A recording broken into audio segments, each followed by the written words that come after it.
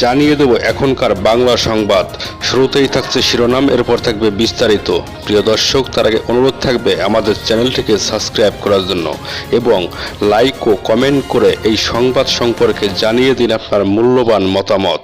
ফিলিস্তিনি কর্তৃপক্ষের president Mahmoud Abbas স্বাধীনতাকামী সশস্ত্র সংগঠন হামাসকে কুকুরের বাচ্চা হিসেবে অভিহিত করেছেন। পাশাপাশি তিনি ইসরায়েলের সঙ্গে যুদ্ধ অবসানে হামাসের প্রতি গাজার নিয়ন্ত্রণ হস্তান্তর ও ইসরায়েলি জিম্মিদের মুক্তির দাবি করেছেন। খবর বিবিসির। দখলকৃত পশ্চিম তীরের রামলায় এক সভায় তিনি বলেন, গাজার হামলা অব্যাহত রাখার জন্য ইসরায়েলের হাতে অজুহাত তুলে দিয়েছে হামাস। যুদ্ধ শুরুর পর গত 18 মাসে এটাই হামাসের বিরুদ্ধে তার সবচেয়ে কঠিন মন্তব্য। হামাসের একজন কর্মকর্তা এ বক্তব্যে তীব্র নিন্দা জানিয়েছে। হামাসের রাজনৈতিক শাখার সদস্য বাসেম নাইম বলেছেন, তিনি মাহমুদ আব্বাস নিজের লোকদের একটি গুরুত্বপূর্ণ অংশের প্রতি অবমাননাকর ভাষা ব্যবহার করেছেন। গত সপ্তাহে হামাস গাজায় যুদ্ধবিরতির জন্য ইসরায়েলে আনা নতুন একটি প্রস্তাব প্রত্যাখ্যান করেছেন। এতে 6 সপ্তাহের যুদ্ধবিরতি বদলে এখনও জিম্মি হয়ে থাকা 59 জনের মধ্যে 10 জনের মুক্তি এবং গাজায় নিরস্ত্রকরণের প্রস্তাব দেওয়া হয়েছিল।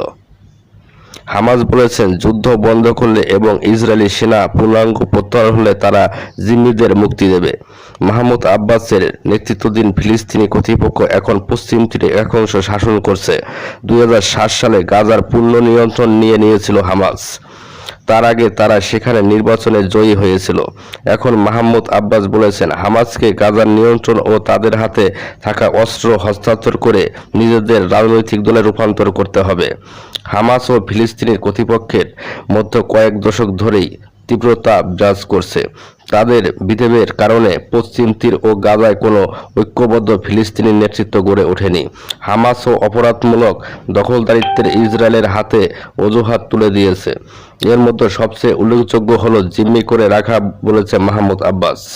হামাসকে উদ্দেশ্য করে তিনি বলেন, কুকুরের বাচ্চারা যাদের আটকে রেখেছ ছেড়ে দাও, তাদের সুযোগ দেওয়া বন্ধ করো এবং আমাদের ছেড়ে দাও। তিনি বলেন, হামাসকে অবশ্যই গাজার নিয়ন্ত্রণ ও অস্ত্র ফিলিস্তিন কর্তৃপক্ষের কাছে হস্তান্তর করতে হবে।